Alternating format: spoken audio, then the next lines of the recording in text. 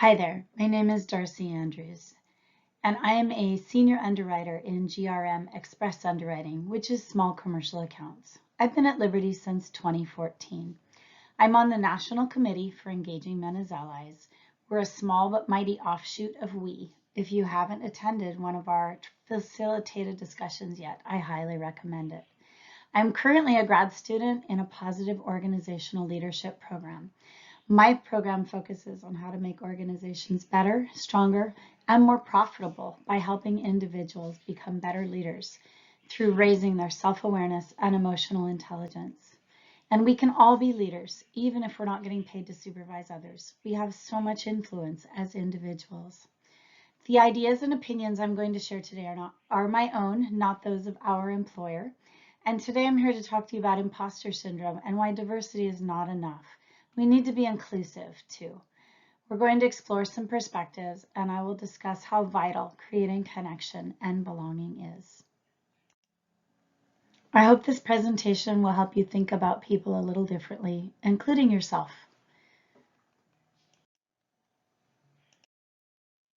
So how much has our world changed in the last few years?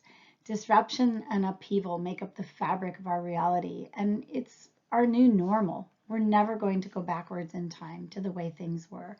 Everything continues to change. Workplaces are more stretched for talent than ever. Many people are leaving their jobs to find a place where they feel they fit in and are of value.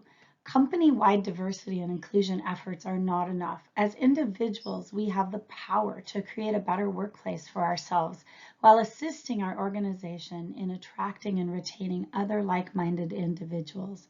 One of the ways we can have a significant impact in doing so is by facing our fears and doubts about ourselves and helping others to do the same. If you aren't familiar with the term imposter syndrome, it's that little voice in your head that sows seeds of doubt about your intelligence, abilities, potential, or your appearance. It's the one that makes you feel jealous when you see someone else's Instagram or their LinkedIn profile or hear that they got a promotion. It's the voice that says, I'm not good enough, I'm not smart enough, I'm not attractive enough, and it strikes high achievers the most. If you're a lifelong learner or goal-driven person, you may have felt like an outsider as others around you happily engaged in more mundane activities or seem to fit in better with their peers. About 70% of people have reported experiencing imposter syndrome at some time. There's a short YouTube video about how even famous people like Albert Einstein and Maya Angelou have been affected by imposter syndrome, and the link is in the slide. Other famous imposter syndrome sufferers include Sheryl Sandberg, the COO of Meta, and Howard Schultz, the CEO of Starbucks. Both admitted to feeling like imposters in their level of leadership. Tom Hanks and Emma Watson, both famous actors, have expressed feelings like, how did I get here, and when will they take it away from me? And Lady Gaga says, I still sometimes feel like that loser kid in high school. I have to pick myself up and tell myself I'm a superstar every morning so I can get through the day and be for my fans who they need me to be. Sonia Sotomayor, the first Latina Supreme Court Justice, said, I'm always looking over my shoulder, wondering if I measure up. So before you write off imposter syndrome as a personal problem, I want to tell you why it's critical to us and our organizations to understand it and help create a sense of safety and belonging for others.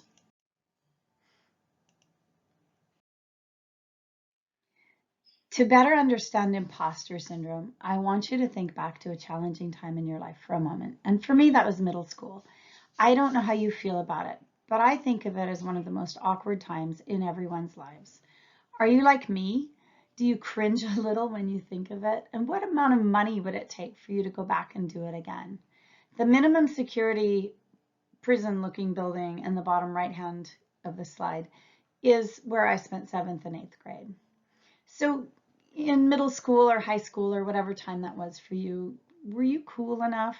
Did you have the right clothes or shoes? Did you have a cell phone? Were you too fat, too thin, not smart enough, too smart, a jock, or always picked last for sports? Were you the class clown, part of band or choir, or did you feel like an outsider everywhere? I'd like to share my 7th grade yearbook photo with you. I was painfully shy and never felt like I fit in. I was lucky enough to have a small group of friends that I felt like I could be my own weirdo with. And now, as I'm older, I've learned to really embrace this photo and this girl because she believed in magic and she believed in so many good things in the world. And I want to set that person free wherever I go and feel like I can be myself. But one reason why middle school is one of the most challenging times in our lives is because it's a time of great change and it shakes up our sense of belonging. We don't really know who we are yet, and we're all super awkward running around trying to figure it out. Most of us were branded with our permanent school identity pretty quickly in middle school. Now, I'm a Gen Xer, so during my time, you were either a smart kid, which I think we call geeks, a stoner, a jock, part of the popular crowd, or so on. And the categories have changed a lot since I was in school, but one thing appears the same. If you tried to interact with anyone outside of your social classification, you might have been rejected, made fun of, or even bullied. Now, think back on whether you've ever had that experience in a workplace. You come into a company and you're full of excitement because you just got hired, and from the outside things look great, right? Nobody applies for a job that they know they're going to hate. But now you're on the inside and you don't know anyone yet. Who are you going to be? Who's going to be your new crowd? Just like in middle school, there are class systems and in-groups and out-groups in organizations. When you're starting on a new team or in a new job, how do you feel when people are welcoming? How does that first day feel versus what is your circle like 6 months later when you know just enough to be dangerous and everyone is too busy to answer your questions? And in the virtual workplace, your entire day could go by without anyone even noticing that you exist. And so this is how imposter syndrome shows up. What if you believe people are talking negatively behind your back about you or your performance? And maybe it's not even true, but it's something that you just feel. So you go home at night scared or crying because you feel incompetent or excluded, but you really need this job. I've personally quit jobs in the first week, even within a day once, because I felt like I could not relate to anyone in the organization and the job itself was not worth pushing through the pain. And I'm not the only one. It's such a waste of hiring dollars, time, and energy for everyone involved when we don't create a culture that's welcoming, open, and where people feel like they belong. And just like the bricks in this treehouse, it takes all types of people to build great things in our organization. Any single one of these Legos would not live its full purpose without the others. The Legos used in this don't all look alike, and they don't all have the same qualities. We should quit expecting people to be the same. And yet that expectation has become so ingrained all the way back to when we were very young and we learned to treat people differently because they don't look or talk like we do. Our media and our corporations reinforce those ideas. Belonging is so important, whether it's in school or the workplace. This is Maslow's hierarchy of needs, and some of you may be familiar with it. Love and belonging is a basic need of humans. Everyone wants to feel respected, competent, and recognized as unique and individual. When we feel included, we can focus on the work at hand. We learn better, we perform better, we listen up, we speak up, we share our ideas and concerns. We work more fluently as a team. Keegan and Leahy wrote a book called An Everyone Culture, Becoming a Deliberately Developmental Organization. In it, they discuss the importance of creating a culture where everyone feels included so they can focus on meeting the organization's goals. Keegan and Leahy state that most people have a second full-time job managing their image.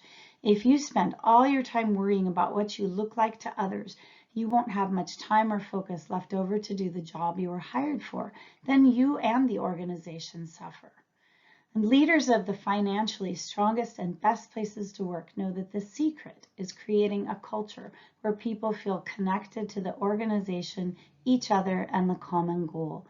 Having that culture of belonging is critical to continuous improvement and mitigating risk. When you don't feel safe to say something, disaster can strike. I know we all work in insurance, and sometimes in underwriting, we talk about how anything can be fixed in retrospect. But think about a nurse that believes a doctor has forgotten to order critical medication for a newborn in neonatal care. I'm sure he knows what he's doing, she thinks. Last time someone asked him a question, he tore their head off. I'm just a nurse. I don't know as much as he does. I think I'll keep quiet. It will probably be okay. Now, how would you like to be the parent of that newborn? And finally, self-doubt can kill people. One of my mom's coworkers had a highly accomplished wife who took her own life because no matter what she did, she never felt good enough. I also lost a friend to it last summer. People who commit suicide don't see a path out of where they are, and they often don't feel good enough, strong enough, or determined enough to overcome the problems that are weighing them down. They feel worthless, hopeless, and don't feel a connection or a sense of belonging to others enough to stay around. We tend to think of school shooters as mentally ill, but the incidence of mental illness is very low. Many have a common tale of feeling rejected, bullied, and excluded. There's a really interesting study called the Pygmalion effect. In the 1960s, elementary schools were given pre-intelligence tests. Researchers chose 20% of the kids at random and told the teachers that these particular students showed unusual potential for intellectual growth. The students were all tested again 8 months later, and the kids who were originally identified as smarter by the researchers tested the highest on the second round. Now, this study has been repeated in higher education at the college and graduate levels. It only works if the teacher is not aware that the student was chosen at random. They really have to believe that the student has more potential. So what if all we really had to do to make the world a better place is to appreciate others for their differences and to truly believe in them? How many lives might be saved by treating others with grace and kindness? And it can be as simple as opening a door for someone or giving them a smile when you pass them in the hallway. You never know what people are going through. I was at a conference in November, and we had a big celebration dinner on the last night. There were about 200 people in attendance. And I had gone through the buffet line and was looking around the room for a seat. A table full of people I had never met before waved me over and said, "We have some spots over here." And this is a simple way to create a culture of inclusion. When I sat down with them, they instantly made me feel welcome and gave me a sense of belonging to their group by including me in their conversation and asking me about myself. Being inclusive really benefits all of us. Barbara Fredrickson is a researcher that developed something called the broaden and build theory. This theory can be applied to your emotions and experiences. When you experience a positive emotion, it can be built upon to create more positivity. When you perceive something negative happens to you, like a car cutting you off on the freeway or a rude cashier, it can go the other direction. Being positive, kind, and compassionate creates an upward spiral of emotion for the giver and not just the receiver. For me personally, I want to use my own imposter syndromes to help others feel valued and included. It's the butterfly effect. Sometimes I don't see the changes I make, but I know that it's forever moving downstream. Creating these feelings can include showing interest in others, love, forgiveness, and compassion. And it's catching myself when in my head I start to judge someone for being different than I am. It's wanting to find ways to work together, to compromise, collaborate, and in doing so, create a rich tapestry of ideas with the fluidity and diversity of backgrounds, experience, and strengths that we all have. A CEO that I once worked for likes to say that together we are stronger and smarter than any one of us, and it's so true. How often does someone else's idea help you solve a problem at home or at work? Do you talk to your friends and neighbors when you're going through something in your life for advice and other perspective? And we always do the same at work. Collaborating with the diversity of our perspectives is how we creatively solve problems faster, which keeps us engaged in the work at hand and helps keep our employer relevant in the marketplace. Talking about imposter syndrome with others makes me feel my own more clearly. When I was nervous about giving this presentation in November, a friend reminded me that we're all unique and we all have our gifts to share. Sharing our stories and our experiences creates connection with each other and helps us all become better and stronger. No one is me and no one is you. We're all one of a kind. No matter how small you feel, no one else can ever be you, and that makes you special.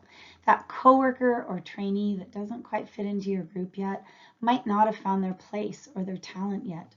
However, they still have a gift to share with the world that may not be evident to you. Remember that research shows at least 70% of us have felt imposter syndrome at one time. Inclusion starts with you. Go out, show some kindness, and welcome people you don't know into your circle and your space. Invite them to sit at your table. Remind yourself and everyone that you encounter that there's not a limited amount of success available in the world. By helping others to rise, we do the same. See the best in others and see how it changes your life and the people around you. Thank you so much for your time today.